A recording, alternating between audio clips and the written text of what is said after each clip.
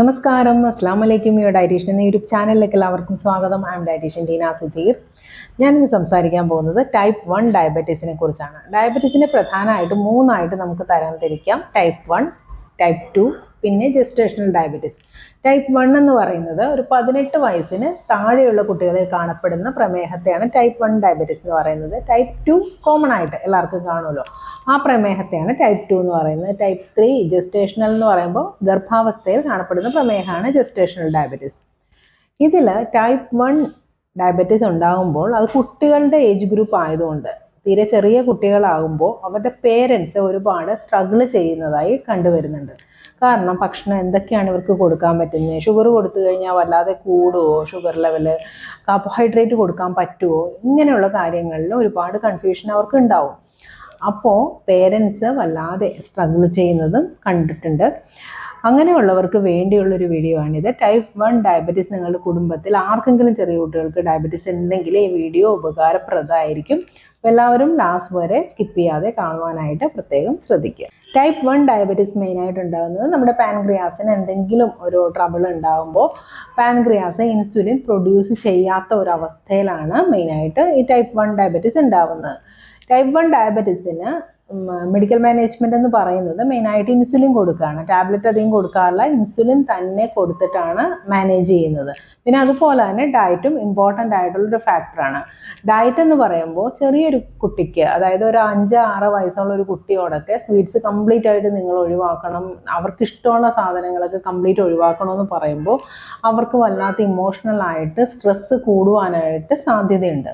മെയിനായിട്ട് type 1 diabetes വന്നു കഴിഞ്ഞ് കുട്ടി അതിനോട് അഡ്ജസ്റ്റബിൾ അല്ലെങ്കിൽ നിങ്ങളൊരു കൗൺസിലിംഗ് ചെയ്യുന്നത് നല്ലതായിരിക്കും. ഫാമിലി കൗൺസിലിംഗ് നമ്മൾ ചെയ്യില്ലേ, അതുപോലെ തന്നെ കുട്ടിക്ക് ഇൻഡിവിജ്വൽ ഒരു കൗൺസിലിംഗ് കൊടുക്കാവുന്നതാണ്. ഭക്ഷണ നിയന്ത്രണം ഒരു ഡയറ്റീഷ്യൻ്റെ അണ്ടറിൽ തന്നെ കുട്ടിയും കൊണ്ട് ഒരു ഡയറ്റീഷ്യൻ്റെ അടുത്ത് പോയതിന് ശേഷം അവർ പറയുന്ന നിർദ്ദേശപ്രകാരം ഡയറ്റ് എടുക്കാവുന്നതാണ്. മെയിനായിട്ട് ശ്രദ്ധിക്കേണ്ട ഒരു കാര്യങ്ങൾ, സ്വീറ്റ്സ് കംപ്ലീറ്റ് ആയിട്ട് ഒഴിവാക്കാം. ഇപ്പോൾ ടൈപ്പ് 1 ഡയബറ്റീസ് കേസിൽ അല്ലെങ്കിൽ പോലും നമ്മൾ കുട്ടികളോട് അധികം സ്വീറ്റ്സ് കഴിക്കാൻ പ്രൊമോട്ട് ചെയ്യാറില്ല. ചോക്ലേറ്റ്സ്, ഐസ്ക്രീം ഒക്കെ നിങ്ങൾ റെസ്ട്രിക്റ്റ് ചെയ്യണം എന്നേ പറയാറുള്ളൂ.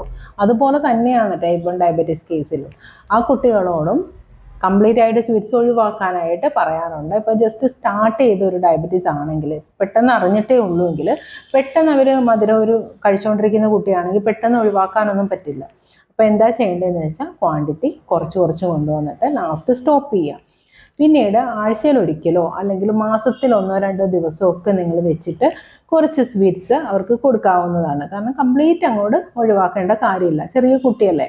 കാർബോഹൈഡ്രേറ്റ് ഒഴിവാക്കുന്നതായിട്ട് പലരും കണ്ടിട്ടുണ്ട്, പക്ഷേ കാർബോഹൈഡ്രേറ്റ് ഒരിക്കലും ഒഴിവാക്കാൻ പാടില്ല കേട്ടോ. കാർബോഹൈഡ്രേറ്റ് ആണ് കുട്ടിക്ക് വേണ്ട ആ ഒരു എനർജി ലെവൽ കൊടുക്കുന്ന ഒരു ആഹാര സാധനം എന്ന് പറയുന്നത്. അപ്പോൾ കാർബോഹൈഡ്രേറ്റ് കംപ്ലീറ്റ് ഒഴിവാക്കാൻ പാടില്ല. രാവിലെ ആണെങ്കിൽ ബ്രേക്ക്ഫാസ്റ്റ്, ഇഡ്ഡലി, ദോശ, അപ്പം, പുട്ട് എന്ത് വേണമെങ്കിലും കൊടുക്കാവുന്നതാണ്. ഉച്ചയ്ക്ക് ചോറ് ഇഷ്ടമുള്ളവർക്ക് കൊടുക്കാം. രാത്രി ചപ്പാത്തിയോ മില്ലറ്റ്സോ ഓട്സോ റാഗിയോ ഒക്കെ നിങ്ങൾക്ക് കൊടുക്കാവുന്നതാണ്, അതിനൊന്നും പ്രോബ്ലം ഇല്ല. ഇനി ചോറ് രാത്രി നിർബന്ധമാണ് കുട്ടിക്ക് എങ്കിൽ ഒന്ന് തിളപ്പിച്ച് ഊറ്റിയതിന് ശേഷം കൊടുക്കാവുന്നതാണ്. ഒരു 8 മണിക്ക് മുമ്പ് ഡിന്നറാക്കുക, അതൊരു പ്രത്യേക കാര്യം തന്നെയാണ്, അതൊന്ന് ശ്രദ്ധിക്കാം. ഫ്രൂട്ട്സ് ഒക്കെ കൊടുക്കാം, അതിനൊന്നും പ്രോബ്ലം ഇല്ല. ഫ്രൂട്ട്സ് കൊടുക്കുമ്പോൾ ഒരുപാട് പഴുത്തളിഞ്ഞ ഫ്രൂട്ട്സ് കൊടുക്കാതിരിക്കുക, അധികം പഴുപ്പില്ലാത്ത ഫ്രൂട്ട്സ് നോക്കി കൊടുക്കാനായിട്ട് ശ്രദ്ധിക്കുക. എല്ലാ ഫ്രൂട്ട്സും കൊടുക്കാവുന്നതാണ്, അതിനൊന്നും റെസ്ട്രിക്ഷൻ വെക്കേണ്ട കാര്യമില്ല. പയറ്, പരിപ്പ്, കടല, അതുപോലെ തന്നെ ഇലക്കറികൾ, പച്ചക്കറികൾ, ഇതൊക്കെ കൂടുതലായിട്ട് അവർക്ക് കൊടുക്കാവുന്നതാണ്. ഇതിലൊക്കെ ഒരുപാട് വൈറ്റമിൻസും മിനറൽസും ഒക്കെ ലഭിക്കുന്നുണ്ട്. ചുരുക്കി പറഞ്ഞാൽ ഒരു വെൽ ബാലൻസ്ഡ് ഡയറ്റ് വേണം കൊടുക്കാനായിട്ട്. ഫിഷ്, ചിക്കൻ ഇതൊക്കെ യൂസ് ചെയ്യുന്നതുകൊണ്ടൊന്നും പ്രോബ്ലം ഇല്ല കേട്ടോ, അതൊന്നും റെസ്ട്രിക്റ്റ് ചെയ്യേണ്ട. പോർഷൻ കൺട്രോളിൽ, ഇപ്പോൾ ഒരു കൊച്ചുകുട്ടി എന്ന് പറയുന്നത് ചെറിയൊരു എമൗണ്ടിലല്ലേ കഴിക്കുള്ളൂ, ഒരുപാട് വാരി വലിച്ച് കഴിക്കില്ലല്ലോ. ഒരു പോർഷൻ കൺട്രോൾ വെച്ചിട്ട് അവർക്ക് കൊടുക്കാനായിട്ട് ശ്രദ്ധിക്കാം. എല്ലാ ഭക്ഷണവും റെസ്ട്രിക്റ്റ് ചെയ്യുമ്പോൾ ഒരു പ്രശ്നമെന്ന് വെച്ചാൽ ഇമോഷണലി വളരെയധികം വീക്കാവും അവർ, വല്ലാത്തൊരവസ്ഥയിൽ കൂടെ അവർ കടന്നു പോകും.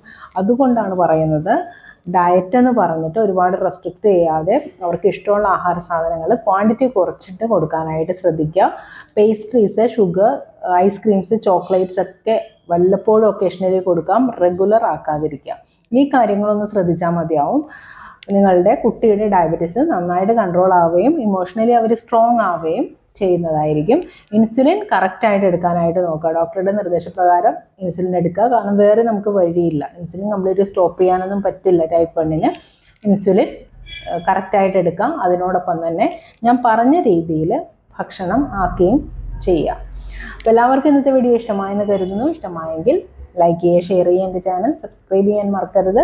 ഇനി ഞാൻ ഓൺലൈൻ കൺസൾട്ടേഷൻ ചെയ്യുന്നുണ്ട്. ആർക്കെങ്കിലും പേഴ്സണലൈസ്ഡ് ഡയറ്റ് പ്ലാൻ വേണമെന്നുണ്ടെങ്കിൽ tinasutheer@gmail.com എന്ന മെയിൽ ID യിലോട്ട് മെയിൽ അയച്ചു കഴിഞ്ഞാൽ ഞാൻ റിപ്ലൈ തരുന്നതായിരിക്കും. നന്ദി, നമസ്കാരം.